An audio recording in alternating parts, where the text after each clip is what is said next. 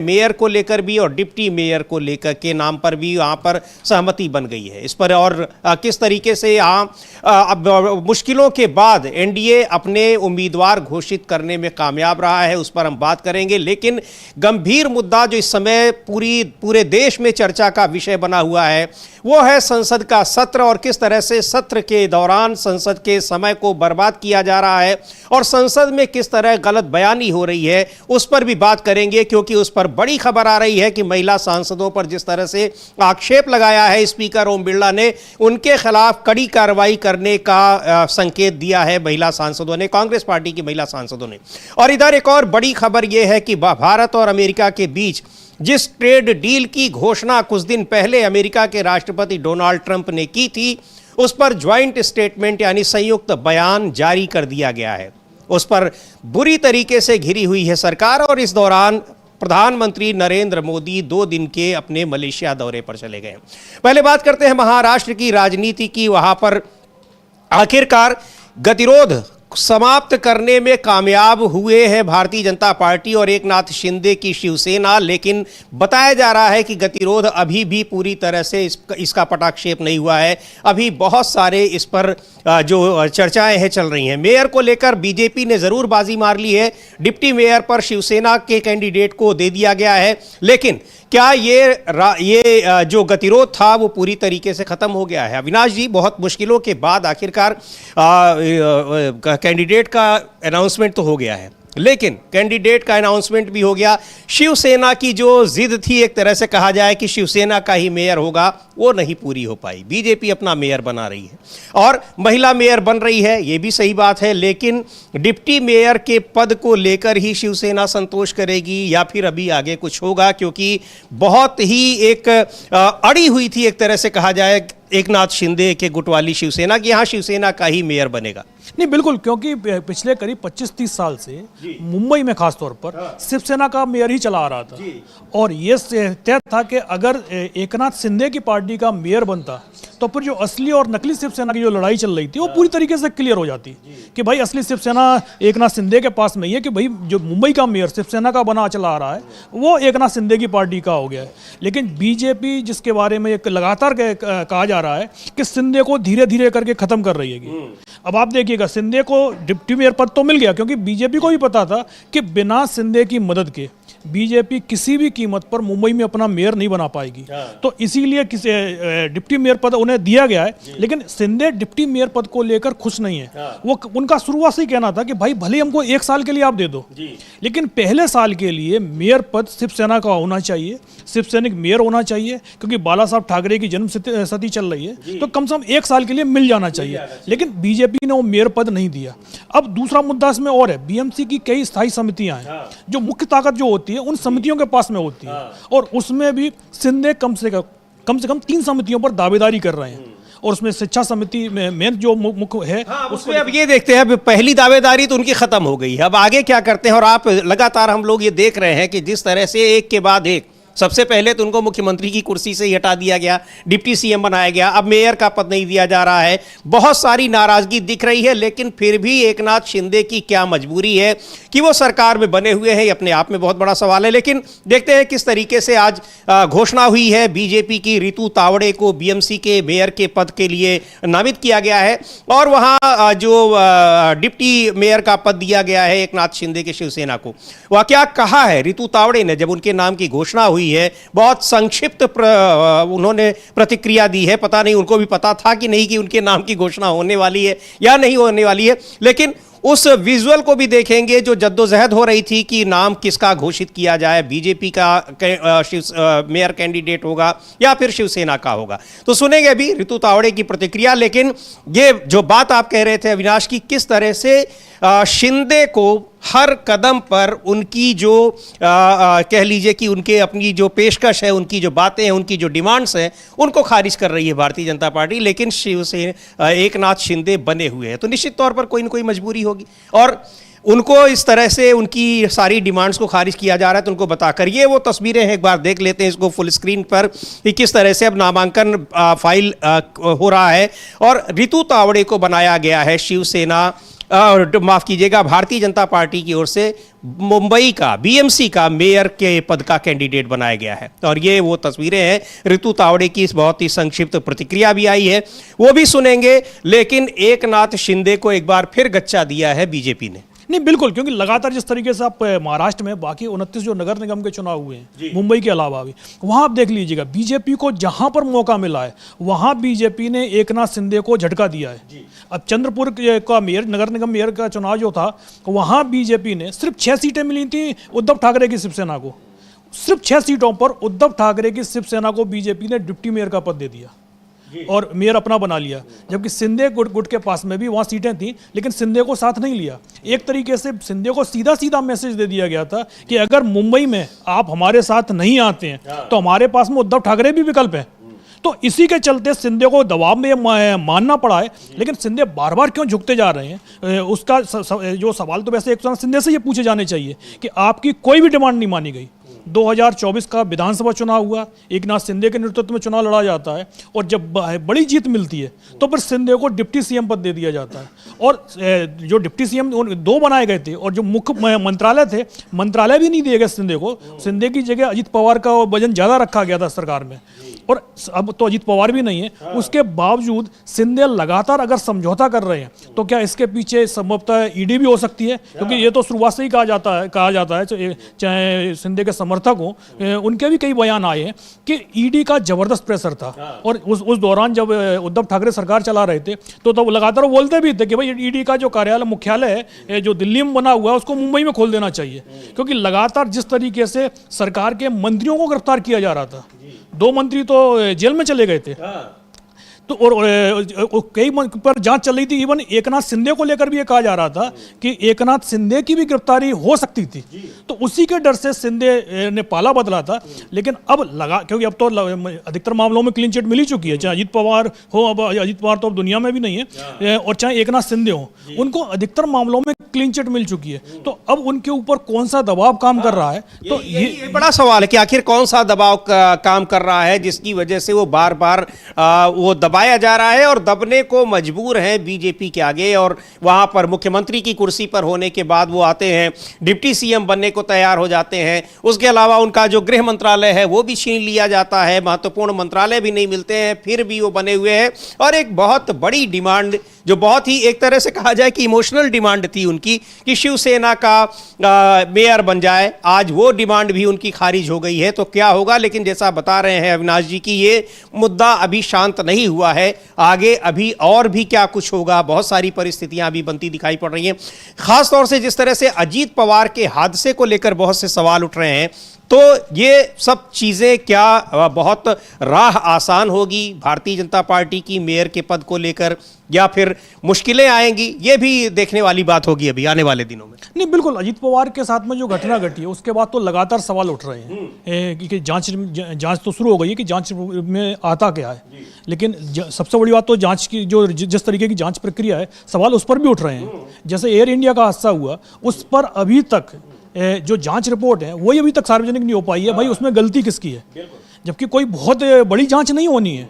और उसी तरीके से जो हेलीकॉप्टर हादसा हुआ है, और लगातार जिस तरीके से हादसे हो रहे हैं, और मतलब एक तरीके जितने हादसे भारत में हुए हैं, इतने हादसे हेलीकॉप्टर हादसे पिछले 5-7 साल में दुनिया में कहीं पर भी नहीं हुए होंगे। तो और बड़े बड़े लोगों की उसमें जान गई है कि आम लोगों की जान नहीं जा रही है। तो सवाल तो उठ ही रहे हैं कि भाई जो नेता बीजेपी के लिए ज़रूरत होती है, या लगता है कि भाई पलटी मार जाएगा। अजित पवार के बारे में तो लगातार अब खबरें आ रही हैं कि वो शरद पवार के साथ जाने को तैयार थे, और शरद पवार की पहली शर्त यही थी कि आपको एनडीए छोड़ना पड़ेगा, और इसके लिए भी वो तैयार हो गए थे। जिस तरीके से नगर निगम चुनाव में उन्होंने बीजेपी के खिलाफ प्रचार किया, और जो उनके बयान लगातार आ रहे थे उसका जवाब बीजेपी के नेता भी नहीं दे पा रहे थे कि भाई अजित पवार बोल क्या रहे हैं। लेकिन अचानक ही खबर आती है कि हादसे में उनकी जान चली गई, और उसके बाद ये भी खुलासा होता है कि 10 दिन बाद वो घर वापसी करने वाले थे। तो सवाल तो उठ ही रहे हैं कि भाई अजित पवार घर वापसी करने वाले होते हैं। सवाल उठ रहे हैं। कल तो संजय राउत ने पार्लियामेंट में कहा, राज्यसभा में ये बात की, और हादसे में किस तरीके से उनकी जान गई इसकी जांच होनी चाहिए। उन्होंने यहाँ तक कि उन्होंने जस्टिस लोया तक का नाम लिया।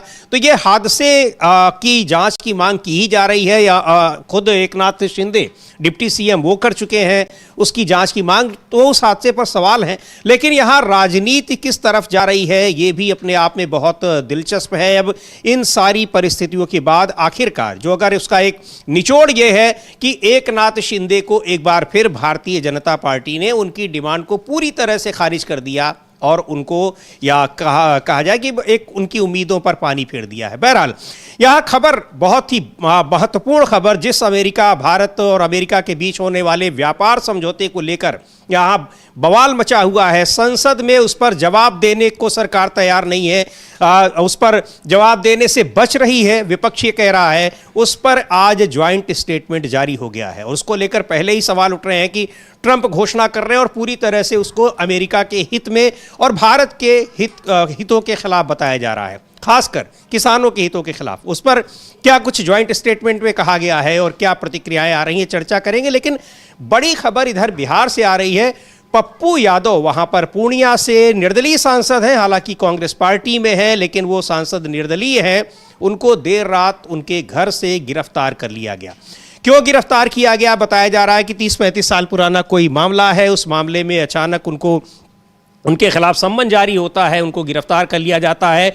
लेकिन गिरफ्तारी की जो वजह बताई जा रही है वो कुछ और है। वो कहा जा रहा है कि ये बहाना 30-35 साल पुराना मामला है, लेकिन वास्तव में पिछले दिनों पटना में नीट छात्रा की एक जो दुखद उसकी मौत हुई थी, उसको लेकर बहुत सारे सवाल उठ रहे थे और पप्पू यादव उस मुद्दे को बहुत ही मुखरता के साथ उठा रहे थे।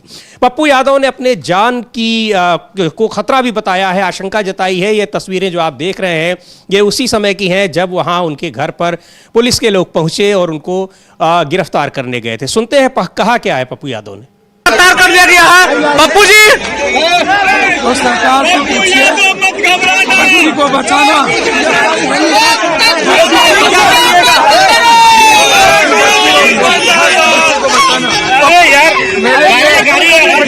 गोली खाने के बराबर मेरे साथ क्या होगा?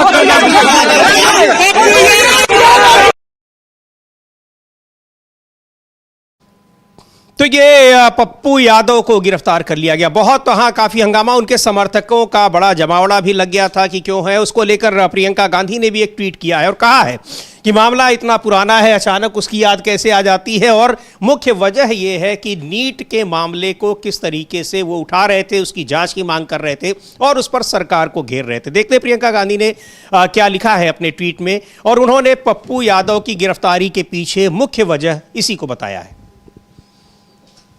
और प्रियंका गांधी का ट्वीट हम देखेंगे और ये पप्पू यादव, उनके समर्थकों ने काफ़ी वहाँ पर बड़ी संख्या में समर्थक थे। पटना में जो पप्पू यादव का घर है, पुलिस के लोग अचानक वहाँ पहुँचते और उनका आरोप है कि सादी वर्दी में पुलिस के लोग पहुँचे थे उनको गिरफ्तार करने के लिए। नहीं, बिल्कुल सादी वर्दी में थे और रात को 12 बजे पहुंचे हैं।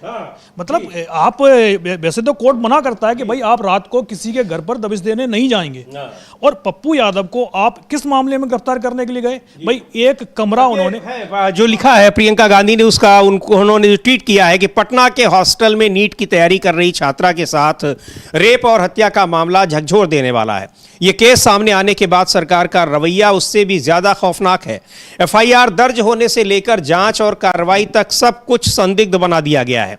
यह सब किसे बचाने के लिए किया जा रहा है? हाथरस, उन्नाव से लेकर अंकिता भंडारी और पटना तक जहां भी महिलाओं के साथ अत्याचार होता है, भाजपा की सरकारें पीड़िता को न्याय दिलाने की बजाय आरोपियों के साथ खड़ी हो जाती हैं।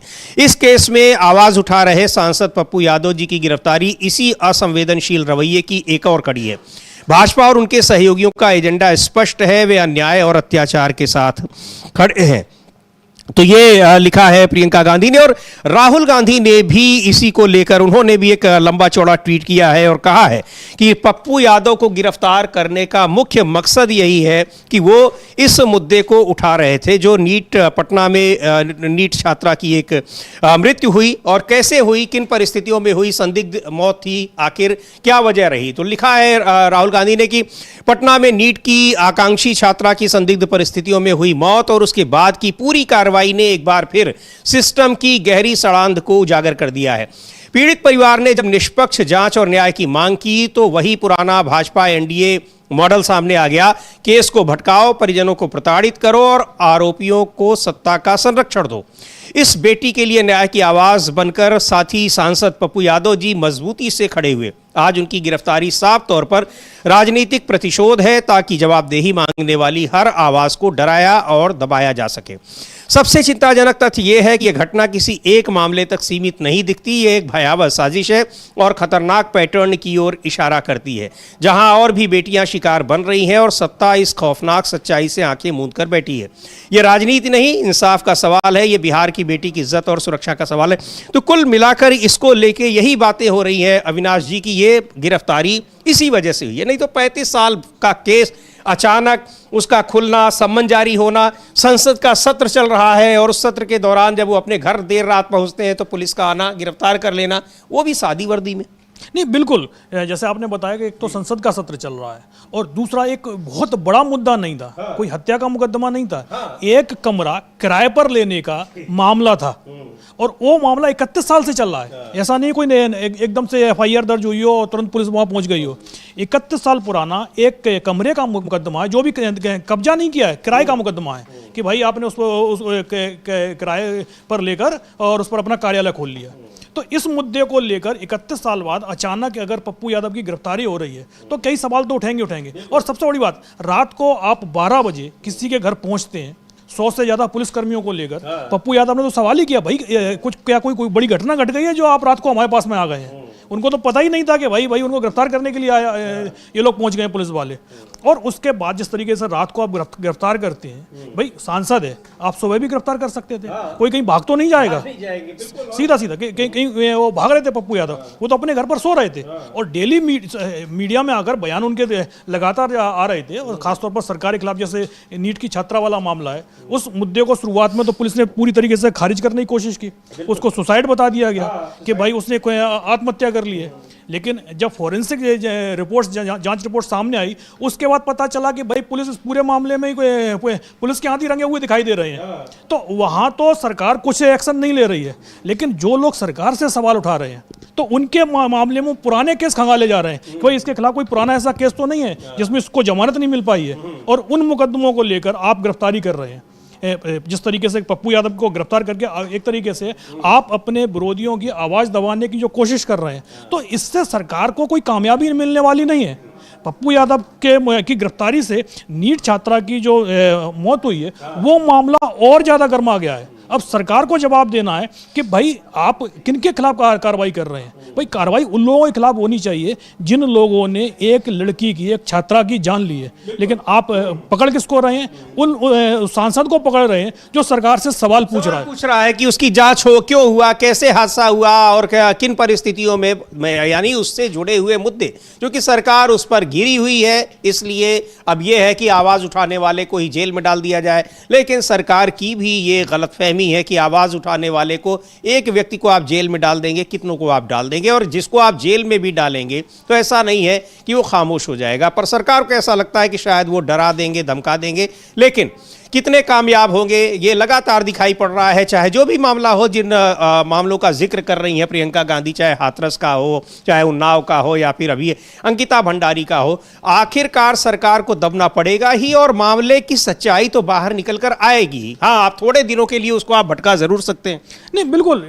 सबसे बड़ी बात तो ये, आप अगर अपने विरोधियों पर कार्रवाई करेंगे तो फिर जो मुख्य मुद्दा है, भाई अब सबको पता है कि पप्पू यादव की गिरफ्तारी क्यों हुई है। अभी तक जो मामला सिर्फ बिहार में ही एक तरीके से तूल पकड़े हुए था, आज दिल्ली में भी ये सवाल पूछा जा रहा है कि भाई पप्पू यादव की गिरफ्तारी क्यों की गई।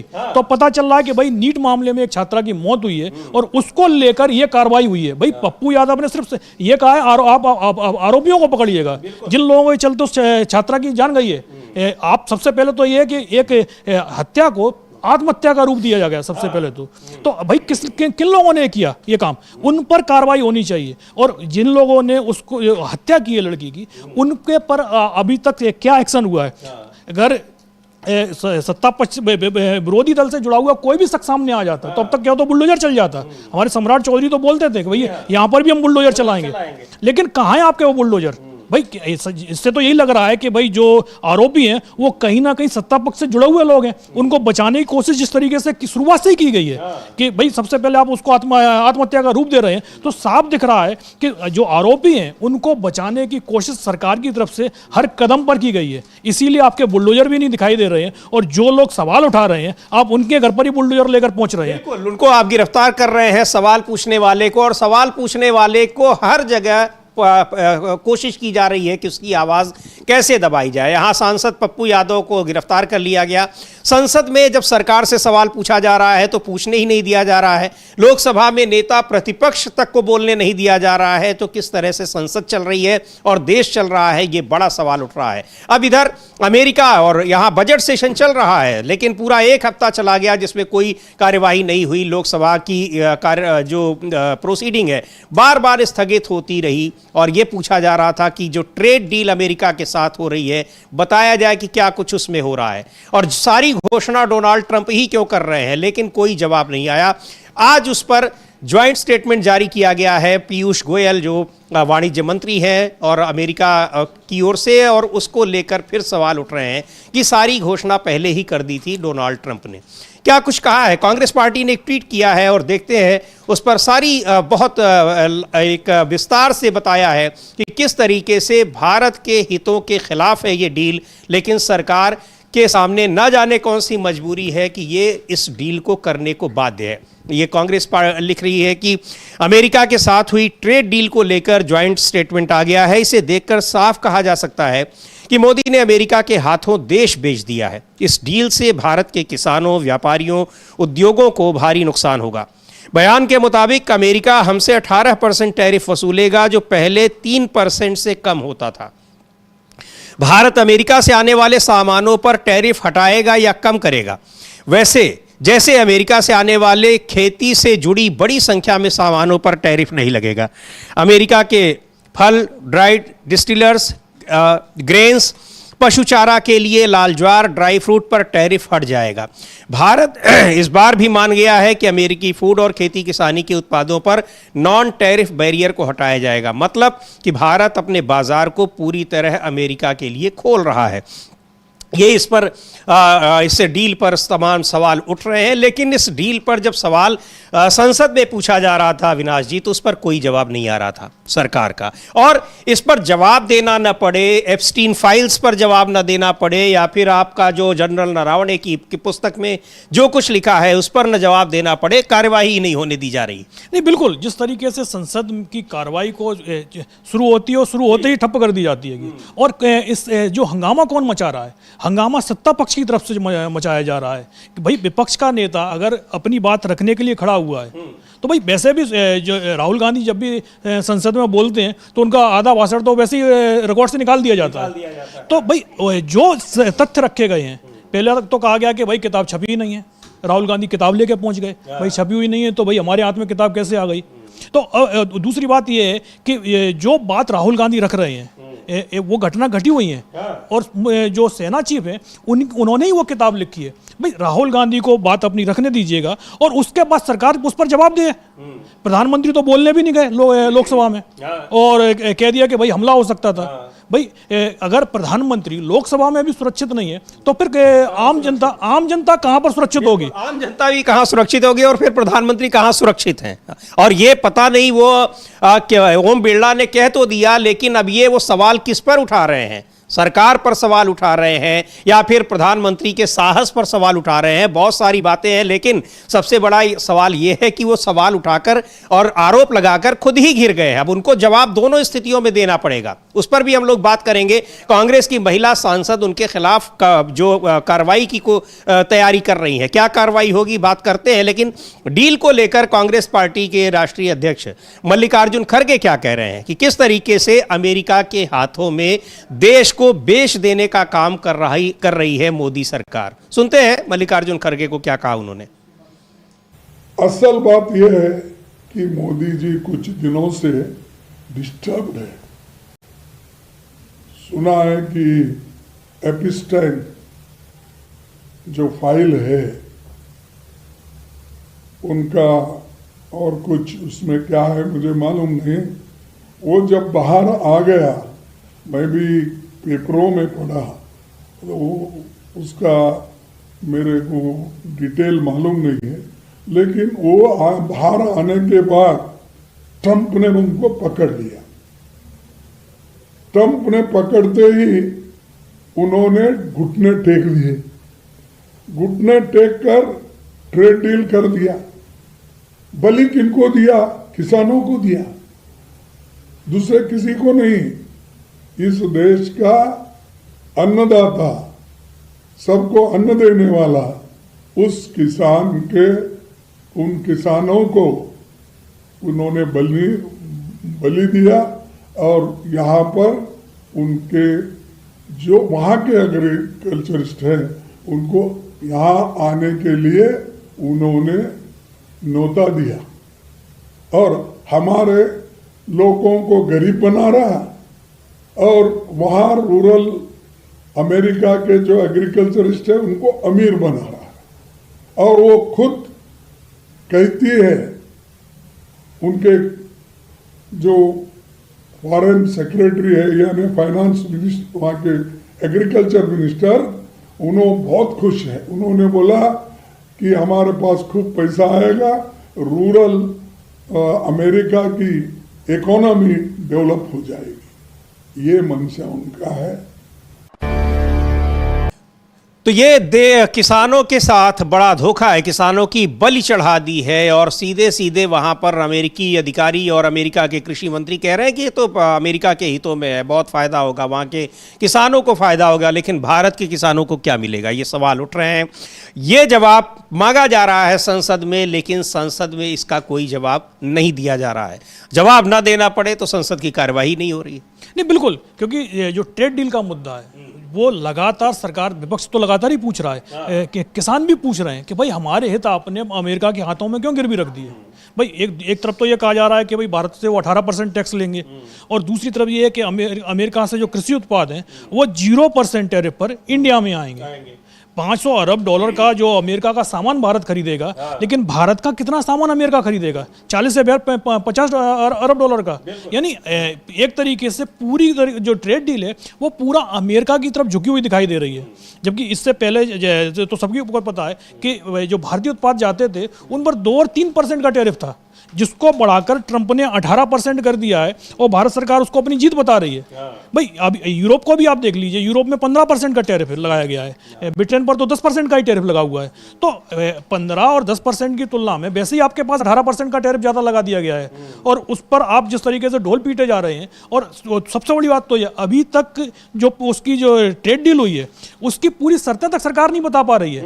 आप कुछ क्या, सरकार नहीं बता रही है, शर्तें बता रहे हैं, ट्रंप बता रहे हैं, और उन्होंने वही कह रहे हैं, उनकी ओर से ही बताया जा रहा है कि हमें भारत जो है वो रूस से तेल नहीं खरीदेगा, वो वेनेजुएला से खरीदेगा, अमेरिका से खरीदेगा, 500 अरब डॉलर का सामान हमसे खरीदेगा। अभी तक मुश्किल से 50 अरब डॉलर का व्यापार होता है अमेरिका के साथ भारत का, वो 500 अरब डॉलर का सामान खरीदेगा। भाई क्यों खरीदेगा, और सही में खरीदेगा या नहीं खरीदेगा, यही सवाल तो विपक्ष पूछ रहा है। और इसका इन सवालों का जवाब कौन देगा? आम आदमी पार्टी के सांसद हैं संजय सिंह, सीधे सी वो भी यही कह रहे हैं कि देश को धोखा दे दिया है और देश के साथ बड़ा विश्वासघात कर रही है मोदी सरकार। सुनते हैं क्या कह रहे हैं। तो देखिए, ये कितनी बड़ी गद्दारी और धोखेबाजी मोदी जी की सरकार ने देश के करोड़ों किसानों के साथ की है। और हम लोग बार बार इस बात को कह रहे थे, तो प्रधानमंत्री जी और उनकी सरकार और उनके सरकार के मंत्री झूठ बोल रहे थे कि कृषि क्षेत्र के लिए अमेरिका के लिए बाजार नहीं खोला गया है, कृषि बाजार सुरक्षित है। लेकिन आज जो ज्वाइंट स्टेटमेंट आया है, दोनों देशों की सहमति का जो बयान आया है, उसमें साफ तौर पे लिखा हुआ है कि फल से लेकर और सोयाबीन तेल से लेकर और इस देश के अंदर ज्वार से लेकर तमाम चीजें, और उसमें लिखा हुआ अन्य कृषि उत्पाद, मतलब तमाम चीजों के लिए हिंदुस्तान का बाजार खोल दिया गया है। यानी अब देश का वो किसान जो अपना जीवन यापन कृषि के माध्यम से करता है, वो देश का किसान जो अमेरिका के किसान से कैसे प्रतियोगिता करेगा समझ के बाहर है, क्योंकि वहां तो करोड़ों की सब्सिडी मिलती है किसानों की। वहां के किसान को सालाना करोड़ों की सब्सिडी मिलती है, एक एक किसान को 1-1 करोड़ की सब्सिडी मिलती है। और आप कल्पना कीजिए कि हिंदुस्तान का बड़े से बड़ा किसान 1 करोड़ रुपए सालाना बचाता नहीं होगा, बचत नहीं होती होगी। यहां गेहूं बेच के बच्चे की फीस भरते हैं लोग। हिंदुस्तान का किसान अनाज बेच के अपनी बेटी की शादी करता है।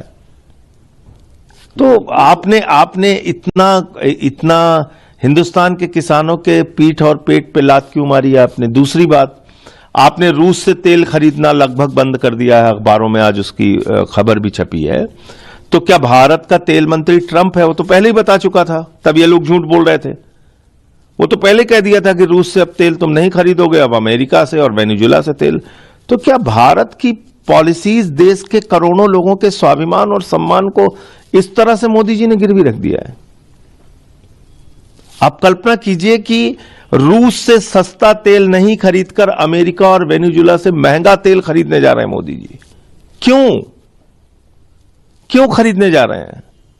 और इससे कितना घाटा हिंदुस्तान की जनता को भुगतना पड़ेगा? 80,000 करोड़ रुपए का सालाना बोझ देश की जनता के ऊपर पड़ेगा। तो यह समझौता देश के साथ विश्वासघात है। ये वही लोग हैं जो स्वदेशी का नारा देते थे।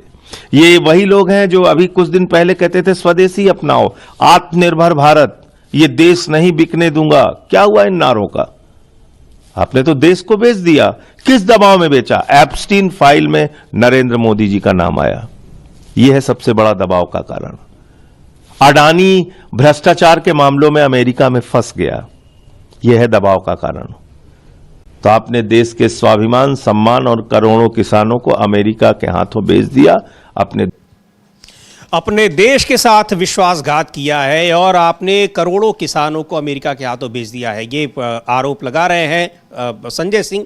कांग्रेस पार्टी भी यही कह रही है, विपक्ष यही कह रहा है, लेकिन सरकार को लगता है कि बहुत बड़ी डील कर ली गई है। और यहां सबसे जो गंभीर सवाल है, सबसे ज्यादा आपत्तिजनक बात है और जिस पर सरकार खामोश है कि डील की सारी शर्तें डोनाल्ड ट्रंप तय कर रहे हैं और वही घोषणा भी कर रहे हैं। उसके बाद भारत सरकार की ओर से फिर यानी ज्वाइंट स्टेटमेंट आता है और फिर सरकार की ओर से उस पर बयान आता है। नहीं, बिल्कुल, जो सबसे पहले तो ट्रंप की तरफ से ही बयान आता है, उसके बाद ही भारत सरकार की तरफ से कुछ बोला जाता है। और ट्रंप यदि कुछ ऐसी घोषणा कर देते हैं जो पूरी तरीके से अमेरिका की तरफ झुकी हुई होती है, तो उस पर सरकार चुप्पी साध लेती है। जैसा संजय सिंह बोल रहे हैं कि भाई ट्रंप ने कहा है कि भाई रूस से कच्चा तेल खरीदना भारत ने बंद कर दिया है। अगर आप कच्चा तेल रूस से खरीद रहे हैं तो आपकी तरफ से स्टेटमेंट आना चाहिए, लेकिन सरकार ने पूरी तरीके से चुप्पी साध ली है। अब भारत वेनेजुएला से तेल खरीदेगा, वेनेजुएला से डायरेक्ट नहीं खरीदेगा, बल्कि वो ट्रंप से खरीदेगा। ट्रंप वेनेजुएला से तेल लेकर भारत को देंगे। और सबसे बड़ी बात तो ये, वेनेजुएला का जो तेल है वो भारी तेल है, उसको रिफाइन करने की जो इंडियन ऑयल वगैरह वहाँ उनकी रिफाइनरी में वो रिफाइन भी नहीं हो पाएगा। रिफाइन वो कहाँ होगा? जो मुकेश अंबानी की रिफाइनरी है जामनगर वाली, सिर्फ उसी रिफाइनरी में वो तेल रिफाइन हो सकता है। तो भाई यदि अब कोई वेनेजुएला से वो डील होती भी है तो वो तेल कहाँ आएगा? वो अंबानी के पास आएगा। अगर सस्ता तेल कुछ भी यदि मिलता भी है तो उसका फायदा किसको मिलेगा? यानी कमीशन अमेरिका के पास जाएगा और फायदा अंबानी के पास में आएगा। और जो यदि महंगा पेट्रोल यदि कोई खरीदेगा तो फिर वो आम जनता खरीदेगी। सरकार का नुकसान है और फायदा खाली अमेरिका का और अंबानी का फायदा होना है। जो रूस की से जो सस्ता तेल मिल रहा था वो जो इंडियन ऑयल कंपनियां हैं, सरकारी कंपनियां हैं, वहाँ पर भी वो रिफाइन हो सकता था। लेकिन आप वो सस्ता तेल छोड़कर आप वेनेजुएला के पास में जा रहे हैं ताकि अमेरिका को फायदा हो सके, ताकि $500 अरब जो डोनाल्ड ट्रंप ने बोला है कि इतना सामान भारत खरीदेगा, भाई इतना तो भारत का पूरा टोटल ट्रेड नहीं है। $500 अरब का, जितना खाली उसको अमेरिका के साथ ही करना है। तो अब उसके लिए जरूरी है कि हर जरूरत की चीज भारत अमेरिका से ले और यहाँ तक कि अपना जो लोकल जो मैन्युफैक्चरर हैं उनका भी एक तरीके से काम खत्म करके वो सारी डीलें अमेरिका से ही करना शुरू करे। तो अब वो सब चीजें दिखाई भी दे रही हैं, जिस तरीके से डोनाल्ड ट्रंप की तरफ से लगातार ऐलान हो रहे हैं कि भाई अब इस तरीके से ट्रेड डील हुई है। जैसे हर घोषणा आमतौर पर ये होता है जब 2-25 समझौते होते हैं तो दोनों देशों की तरफ से एक साथ घोषणा होती है, लेकिन यहाँ तो सिर्फ और सिर्फ एक ही तरफ से घोषणाएं हो रही हैं और दूसरी तरफ से सिर्फ सफाई आती है और दूसरी तरफ से फिर उसकी स्वीकृति आती है कि हाँ ये हो गया है। यही सवाल बहुत बड़ा सवाल है और संजय सिंह सीधे तौर पर कह रहे हैं, हालांकि उस दिन पार्लियामेंट में राहुल गांधी ने भी कहा था वहां सदन के परिसर के बाहर जब वो बात कर रहे थे पत्रकारों से कि उसका मुख्य कारण यही है, एप्स्टीन फाइल्स में नाम आना, जनरल नरवणे की किताब पर वो न बोल पाना, बुरी तरीके से घिरे हुए हैं और यहां पर अडानी के व्यापार को बचाना है, उनको फायदा पहुंचाना है, यह सबसे बड़ा कारण है। उसके लिए चाहे देश के हितों को गिरवी रख देना पड़े। और क्या कह रहे हैं जयराम रमेश, कांग्रेस के नेता, उनको भी सुनते हैं, पूर्व केंद्रीय मंत्री हैं और इस डील को लेकर सवाल पहले भी उठ रहे थे और सबसे बड़ी जो आपत्तिजनक बात यही है कि अमेरिका अपनी शर्तों पर भारत के साथ डील कर रहा है और खुद को बचाने के लिए, अपने साथियों को बचाने के लिए प्रधानमंत्री नरेंद्र मोदी करोड़ों किसानों का कितना भी नुकसान हो जाए लेकिन वो उस डील को पर साइन करने को तैयार हो रहे हैं। सुनते हैं जयराम रमेश को, क्या कहा उन्होंने। देखिए, प्रधानमंत्री जो कुछ कहें, असली बात यह है, हकीकत यह है कि दोस्त दोस्त न रहा। नमस्ते ट्रंप जीते, हाउडी मोदी हारे। जो संयुक्त वक्तव्य आया है कल रात को और आज सुबह भारतीय समय के अनुसार, इसमें ज्यादा विस्तृत डिटेल्स नहीं दिए गए हैं, पर जो कुछ जानकारी दी गई है उससे स्पष्ट हो जाता है, 5 चीजें स्पष्ट हो जाती हैं। पहला, रूस से हम तेल नहीं खरीदेंगे, ये बिल्कुल साफ है। और अगर हम खरीदेंगे डायरेक्टली या इनडायरेक्टली, प्रत्यक्ष रूप से या अप्रत्यक्ष रूप से, हम पर जुर्माना लगाया जाएगा 25% का। ये अलग से एक वक्तव्य आया है कल व्हाइट हाउस का। दूसरा, हमने हमारी हम जो आयात करते हैं, कृषि उत्पादन जो आयात करते हैं, उस पर जो हम कर लगाते हैं, जो ड्यूटी लगाते हैं, वो हम घटाएंगे या हटाएंगे अमेरिका से आयात के लिए। यानी कि अमेरिकी किसान को हम फायदा पहुंचाएंगे पर भारतीय किसान को नुकसान होगा। कौन कौन से चीज आएंगे, कौन कौन से उत्पादन आएंगे, इसका कोई विस्तृत जानकारी नहीं दी गई है, पर यह कहा गया है, साफ कहा गया, पहला बिंदु कहा गया है कि ड्यूटी हटाएंगे या घटाएंगे। इसका माने क्या है कि अमेरिकी किसान को फायदा पहुंचाएंगे और भारतीय किसान को हम नजरअंदाज करेंगे, उनको चोट पहुंचाएंगे। तीसरा जो हम कहते, अमेरिका कहता है और ये संयुक्त वक्तव्य कहता है, आज जो हम आयात करते हैं अमेरिका से, अगले 5 साल में हर साल आयात 3 गुना बढ़ेगा, भारत का 3 गुना बढ़ेगा। तो हम खरीदेंगे अमेरिका से, यानी कि जो आज व्यापार अधिशेष है वो व्यापार घाटे में बदल जाएगा। आज व्यापार अधिशेष होता है भारत का, अमेरिका के जो हमारे व्यापार संबंध है उसमें हमारा अधिशेष है, ट्रेड सरप्लस है। इस समझौते के बाद में हमारा व्यापार घाटा हो जाएगा। ये तीसरी बात है। चौथी बात, आईटी और सर्विस इंडस्ट्री के बारे में बिल्कुल चुप है। उस पर कई सवाल किए गए हैं, उस पर कई वक्तव्य आ रहे हैं सेनेटर से, सरकार की ओर से, H1B को लेकर जो ऑफशोरिंग होता है उस पर कोई बात नहीं की गई है। और 5वीं बात यह है कि जो हम निर्यात करते हैं उस पर तो ड्यूटी तो बढ़ रहा है, इससे तो हम भाग नहीं सकते। तो मेरे विचार में, हमारे ख्याल में ये बिल्कुल साफ हो गया है कि ये ट्रेड डील अमेरिका के हित में है। अमेरिका ने हम पर दबाव बरकरार रखा है। 10 मई को राष्ट्रपति ट्रंप ने कहा था कि मैंने ऑपरेशन सिंदूर रुकवाया है और करीब 90 बार उन्होंने उसको दोहराया है। लगातार दबाव रखा है और मजबूरी में हमें झुकना पड़ा है। हम झुके हैं, इसमें कोई दो राय नहीं हो सकती। अभी सब डिटेल आएंगे तब बिल्कुल दूध का दूध, पानी का पानी हो जाएगा।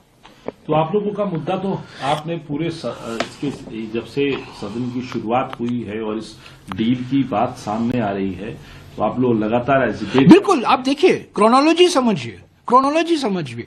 2 तारीख को राहुल गांधी जी नेता प्रतिपक्ष लोकसभा में मुद्दा उठाते हैं देश की सुरक्षा को लेकर। जो 2020 जून में हुआ था लद्दाख में, जो चीन की सेना ने हम पर आक्रमण किया, 20 जवान शहीद हुए, उस घटना को लेकर राहुल गांधी जी ने एक किताब का जिक्र किया जो रिटायर्ड जनरल नरवाणे हैं, उसे भौखला गए प्रधानमंत्री, घबराए गए प्रधानमंत्री। और उसी रात को, यानी कि उनका भाषण करीब 2 बजे को होता है, 1:30 बजे 2 बजे होता है, 2 या 2:30 बजे होता है, 2 से 2:30 बजे के बीच में होता है। और 10 बजे को राष्ट्रपति ट्रंप का ट्वीट आ जाता है कि प्रधानमंत्री के कहने पर मैं ये ट्वीट कर रहा हूं कि हमारा जॉइंट स्टेटमेंट अभी आने वाला है। ये स्पष्ट राष्ट्रपति ट्रंप ने कहा है कि मोदी जी के कहने पर, मोदी जी के निवेदन पर, मोदी जी के मांग पर हम ये जॉइंट स्टेटमेंट निकलवा रहे हैं और मैं घोषणा कर रहा हूं। तो पहली घोषणा, ऑपरेशन सिंदूर रुकवाने की पहली घोषणा वॉशिंगटन से हुई, और ये जॉइंट स्टेटमेंट आने वाला है 2 तारीख को, जो राष्ट्रपति ट्रंप ने ट्वीट किया, वो भी पहला व्हाइट हाउस से ही आया। यानी कि एक्शन तो वहां है, रिएक्शन तो यहां है, दबाव वहां से आ रहा है। और हमेशा प्रधानमंत्री कहते हैं my friend, my friend, my friend, गले लगाते हैं, हग करते हैं, माय फ्रेंड के तारीफ करते रहते हैं प्रधानमंत्री। और राष्ट्रपति ट्रंप वो तारीफ सुनते नहीं है, सिर्फ टैरिफ लगाते हैं। लेकिन सर आप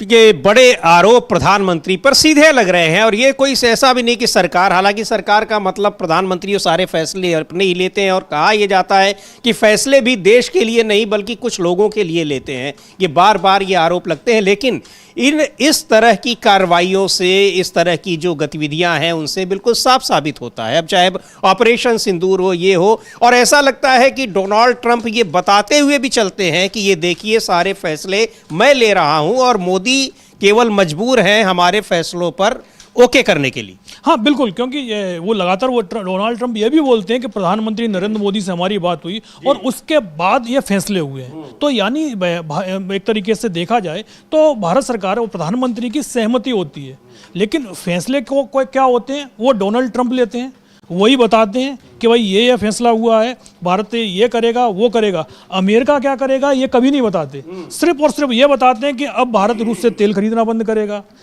जिस तरीके से भारत पाकिस्तान के बीच जो लड़ाई शुरू हुई थी, 4 दिन चला था ऑपरेशन सिंदूर के बाद, उसके लिए भी घोषणा कहाँ से होती है, डोनाल्ड ट्रंप करते हैं। जबकि साफ साफ है कि भारत और पाकिस्तान के बीच का जो भी मुद्दा है वो द्विपक्षीय मुद्दा है, उसमें किसी तीसरे देश की जरूरत नहीं है। लेकिन डोनाल्ड ट्रंप अगर इसकी घोषणा कर रहे हैं तो सीधी सी बात है कि भाई ट्रंप होते कौन है। लेकिन अभी तक भारत सरकार या प्रधानमंत्री ने ट्रंप के किसी भी दावे को खारिज नहीं किया है, बिल्कुल खारिज नहीं किया है। और डोनाल्ड ट्रंप अपनी बात को बार बार दोहरा रहे हैं। जयराम रमेश कह रहे हैं कि अब तक करीब 90 बार तो ऑपरेशन सिंदूर रुकवाने का दावा कर चुके हैं, भारत सरकार एक बार भी खारिज नहीं कर पाई है। इस पर बहुत दबाव में आकर जब संसद में चर्चा भी कराई गई, वहां भी प्रधानमंत्री नरेंद्र मोदी ने डोनाल्ड ट्रंप का नाम नहीं लिया। राहुल गांधी ने याद भी दिलाया कि आप उनका नाम लीजिए, लेकिन उस समय भी नहीं कुछ बोल पाए, पानी पीने लगे। उस समय के विजुअल्स भी बहुत वायरल हुए थे कि डोनाल्ड ट्रंप का नाम आते ही प्रधानमंत्री पानी पीने लगते हैं।